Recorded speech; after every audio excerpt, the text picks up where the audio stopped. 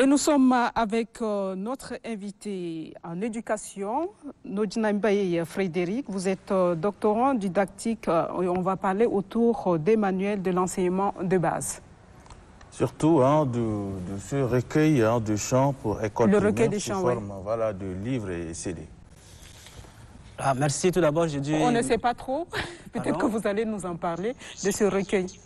Ok, tout d'abord, je m'en vais remercier la Télé Tchad pour cette aubaine qu'elle accorde pour parler de tout ce qui est éducation, notamment des manuels scolaires, de mes œuvres. Donc en passant, je dis que je m'appelle Nodjina Mbaye Frédéric, comme l'avait dit. Je suis doctorant en didactique des mathématiques. Je suis actuellement chef de section mathématiques au Centre national de curricula. Par ailleurs, auteur de plusieurs manuels, 10 manuels scolaires. Ouais. Donc, 10 manuels scolaires. Hein. Quand même. Hein. Donc j'ai des manuels de mathématiques et puis quelques recueils de chants pour l'école primaire et des conseils aussi pour la réussite au bac. Alors, mais parlez-nous de ce projet-là, votre projet où vous avez conçu des CD, surtout les livres là, qui ont de chansons et qui viennent maintenant appuyer le gouvernement en matière d'éducation de base. Oui, bon, pour ce qui est du projet de recueil de chants pour l'école primaire, c'est un projet qui a été... Nous l'avons fait avec la sœur Marie-Hélène, elle est une Française, une religieuse. Donc nous avons écrit ce recueil de chants avec le financement de la coopération française, et avec l'appui du ministère, l'appui technique bien sûr du ministère de l'Éducation nationale. Donc nous avons ciblé 10 écoles à travers lesquelles nous avons expérimenté ces recueils de chants. Et je pense qu'aujourd'hui, nous avons, c'est les chansons chantées exécutées par les élèves du béguinage. Donc je pense que c'était formidable. Les élèves du béguinage ont fait preuve de compétences et c'était vraiment très bien. Quels sont les différents titres parce que quelquefois ça rappelle je sais pas, l'enfance de Madi, mais également il y a des messages à véhiculer à travers les chansons. Oui, par exemple, nous avons, étant enseignant de mathématiques, par exemple, nous avons une chanson intitulée L'arithmétique. Donc là, on a mis en comment on appelle, en chanson l'arithmétique, les calculs arithmétiques. Donc il y a d'autres choses aussi, par exemple les doigts de la main. Aujourd'hui, vous allez voir qu'il y a des apprenants qui peuvent à peine dire quels sont les 5 doigts de la main. Il y en a qui sont à peine de vous dire le nom. Donc par exemple, il y a une chanson à travers laquelle l'apprenant, il faut l'index, le pouce, ainsi de suite. Donc c'est un peu ludique. Ils apprennent par le jeu, par les chansons en fait. Moi je reviens un peu à vous. C'est-à-dire que je n'arrive pas à comprendre le lien entre un professeur, un enseignant en mathématiques et qui aime l'écriture. Ou comment vous traduisez? C'est une façon pour vous en fait d'amener les élèves à aimer, on va dire, les mathématiques à travers la littérature. Bon, en fait, je ne fais pas trop de la littérature, j'écris les manuels scolaires. Oui. J'ai un livre de 6e, j'ai un livre de première, L, j'ai des annales de terminale D, de première A, de terminale A4, de 3e. Donc ça, ce sont là... c'est pas en mathématiques. Non, c'est ce que j'ai fait fondamentalement, c'est en mathématiques. Bon, maintenant, compte tenu de ma formation et autres là, c'est comme ça qu'on a fait on a fait les chansons pour les élèves quand même, parce que j'ai été choriste et ainsi de suite. Donc. Mais les chansons, comme j'étais co-auteur, c'est la sœur Marie-Hélène qui était beaucoup plus à l'œuvre. Et moi, j'étais beaucoup plus dans les textes, dans l'écriture des chansons, surtout dans le domaine mathématique. On reste dans l'écriture. Ouais. Vous restez dans votre mathématique. Ouais. Moi, j'ai envie de comprendre quel est le contenu en fait. Le contenu des chants. Si vous pouvez ressortir un peu, parce qu'on n'a pas eu la chance non plus de voir ces manuels, moi je n'ai pas vu honnêtement, peut-être comment vous traduisez en fait la lecture à travers les enfants, c'est-à-dire comment ils peuvent lire ou apprendre les leçons à travers les chansons. Qu'est-ce que vous écrivez? Bon, au fait, vous avez un test en tête là que vous pouvez nous dire? Moi j'ai envie de percevoir un peu. Au fait, si je savais que si je pensais que ça sera question des manuels scolaires, j'allais apporter mes manuels. Bon, moi, on parlait de l'APC plutôt.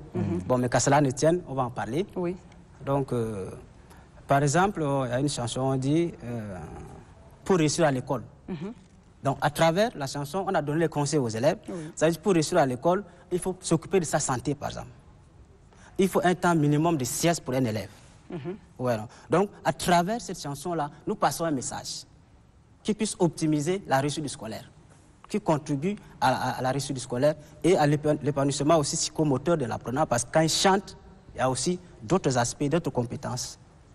Mais souvent, on utilise surtout des mots, qui ne sont pas adaptés.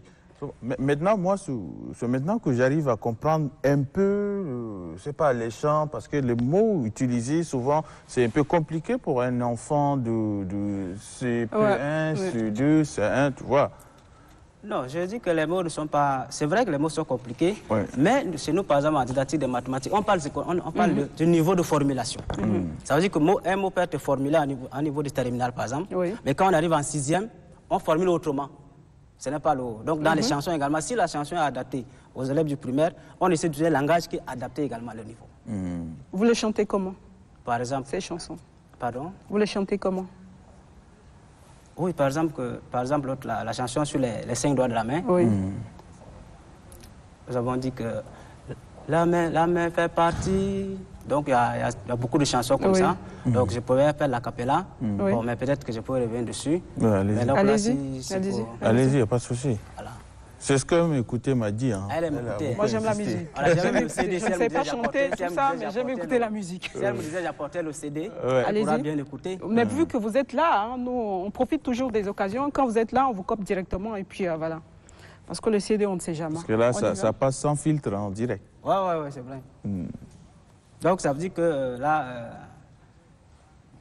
on a dit que dans les 5 doigts de la main, nous avons le pouce, l'index, le majeur, l'annulaire et l'auriculaire. Donc, à travers la chanson, j'aurais aimé que ce soit un enfant qui exécute ça. Ça sera très, très, très intéressant.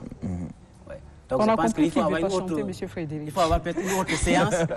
Une autre séance, il n'y a pas de souci. Il ne veut pas chanter. Vous mettez des choses à notre disposition et vous ne voulez pas tester. Non, c'est parce que je ne voulais pas mettre la place des apprenants. Parce que même dans le CD, c'est les apprenants qui ont chanté, ce n'est pas nous. D'accord. Donc, je ne voulais pas usurper leur rôle, au fait. Pas de souci. Maintenant, revenons un peu à l'APC. Pouvez-vous nous parler un peu de l'APC? Oui, pour ce qui est de l'APC, aujourd'hui, c'est une approche qui est en vogue dans la plupart des pays. Mais tout d'abord, il faut dire que l'approche par les compétences est une pédagogie active qui est développée par des auteurs comme Deketel, Rogers et le groupe du BF. Ça veut dire que l'actuel BIE, le Bureau international d'éducation qui est à Suisse. Donc cette approche, elle met l'accent sur le développement des compétences. Mais il convient aussi de dire qu'est-ce qu'une compétence, parce qu'il y en a qui vont se poser la question qu'est-ce qu'une compétence, parce que c'est le mot central de l'approche. Donc la compétence, c'est la capacité à mobiliser les ressources, j'entends par ressources, le savoir, le savoir-faire et le savoir-être pour résoudre une situation complexe, significative. C'est ça la compétence. Donc c'est ça ce qui est au cœur de l'approche par les compétences. Donc c'est en un mot, ce que c'est qu'une compétence, c'est la capacité à mobiliser le savoir, le savoir-faire et le savoir-être pour résoudre une situation complexe, significative. Monsieur Diar vous regarde beaucoup. Je ne sais pas s'il a quelque chose à dire. Il vous suit, mais attentivement depuis. Vous aurez quelque chose à dire, monsieur Diar? Rien de particulier, mais c'est vrai que ça m'intéresse ce qu'il dit. Aussi, ce que vous venez de dire, c'est vrai que parfois, en grandissant, on se rend compte qu'on est vraiment en déphasage entre le mot que nous on prononçait avec quand même les chants de l'école. Mais l'exemple le plus significatif, c'est l'hymne national, par exemple. Pendant longtemps, étant enfant, c'était plutôt peuple tchadien que peuple tchadien, on est le peuple tchadien. Mais il y a aussi la main, par exemple.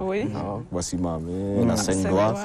C'est en même temps, voilà, chant, mais aussi ça permet de compter. Donc c'est aussi un peu faire les maths, quoi. Donc c'est pourquoi ça m'intéresse de le suivre.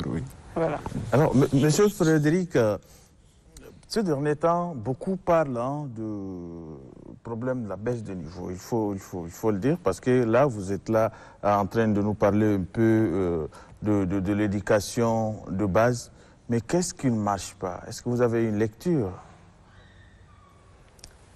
Merci pour la question pertinente. La question est générique, mais je pense que oui, elle est générique. Tellement qu'elle se répète. Oui, elle est générique. Donc, Je pense que pour ce qui est de la baisse de niveau, il y a plusieurs cofacteurs. Il y a plusieurs cofacteurs. On peut regarder le pan enseignement, on peut regarder le pan apprentissage, on peut regarder le pan, le dispositif scolaire, on peut regarder la gouvernance politique. Donc il y a plusieurs cofacteurs. Bon, maintenant, à moins que vous orientez, mais pour ce que je maîtrise, je ne peux parler que du côté de l'enseignement et l'apprentissage. Voilà, donc, je pense que le problème est criard, le problème est là. Je pense qu'aujourd'hui, il y a très peu, il y a quelques jours, on était à un atelier avec certains directeurs généraux du ministère de l'Éducation nationale. Tout le monde sait, le malaise est là. La qualité de l'éducation au Tchad reste à déplorer. Donc, moi, la baisse de niveau, comme je l'ai dit, du côté de l'enseignement et l'apprentissage, aujourd'hui, les enseignants ont besoin d'une formation efficace. Moi, je dis qu'il faut repenser la formation initiale des enseignants. Parce que ça reste un peu classique. Et puis aujourd'hui, il y a des disciplines qui émergent. Il y a des exigences qui sont là. Aujourd'hui, vous avez la question du genre. Vous avez la question du changement climatique. Vous avez les technologies de l'éducation qui sont là. Donc, il y a plusieurs thématiques qui émergent. Et donc, il faut former. Je pense que l'approche par la compétence pouvait pallier le problème. Donc, il faut optimiser l'enseignement et l'apprentissage pour rendre les élèves compétents. Voilà. Bon, maintenant, il faut un dispositif, parce qu'un dispositif, je dirais, holistique, où chacun apporte sa contribution et tous ensemble, nous pourrons remonter la pente. Et je pense que c'est ce qu'il faut. Donc, il faut investir, il faut maximiser, revoir la formation initiale des enseignants. Ceux qui sont déjà formés, il faut renforcer leur capacité à travers les formations continues. Il y a quelques jours, je disais à un atelier, il a dit, c'est bien beau, tous les enseignants ont besoin de formations, par exemple, sur la gestion d'une classe, sur la préparation des leçons, c'est fondamental. Mais il ne faut pas seulement faire une formation de routine tout le temps, comment gérer une classe, comment... Oh, ouais, ça, je pense qu'il faut changer de donne. Aujourd'hui, je dis souvent qu'il faut apporter des appuis spécifiques aux enseignants. Okay. Aujourd'hui, par exemple, les enseignants qui ont de la peine à enseigner certaines disciplines, par exemple, je prends en mathématiques, qui est mon domaine. Aujourd'hui, la statistique est marginalisée par les enseignants. Et il y en a qui m'ont dit, j'ai mené une enquête, il y en a qui m'ont dit, ils n'enseignent pas parce que, d'une part, pendant qu'ils étaient au secondaire, on ne leur a pas enseigné. Pendant qu'ils étaient à l'enseignement supérieur, à certains, on ne leur a pas enseigné. Et j'ai trouvé que ça, c'est important. Ouais, il faut prendre ça en compte. Réalité, parce que oui, si l'enseignant dit qu'il n'aura pas ne maîtrise pas, il ne peut pas transmettre. Il peut pas Qu'est-ce qu'il va transmettre? Monsieur Nodina Ebe, merci beaucoup d'être venu. Je pense qu'on va vous donner encore un autre rendez-vous sur ce plateau pour essayer encore de parler plus de l'éducation des élèves et surtout de la baisse de niveau parce que ça nous concerne tous. Merci à vous d'être venu.